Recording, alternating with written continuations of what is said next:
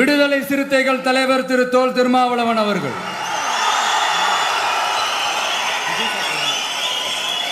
அவங்களால இன்னைக்கு வர முடியாம போச்சு.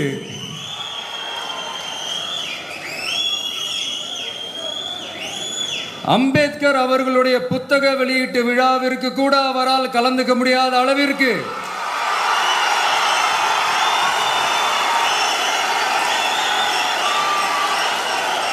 கூட்டணி கட்சிகள் சார்ந்து எவ்வளவு பிரஷர் இருக்கும் என்று என்னால் யூகிக்க முடிந்தாலும்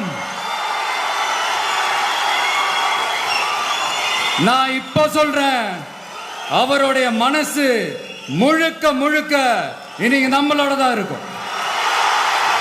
எல்லோருக்குமான தலைவர் அம்பேத்கர் நூலை வெளியிட்டவர்,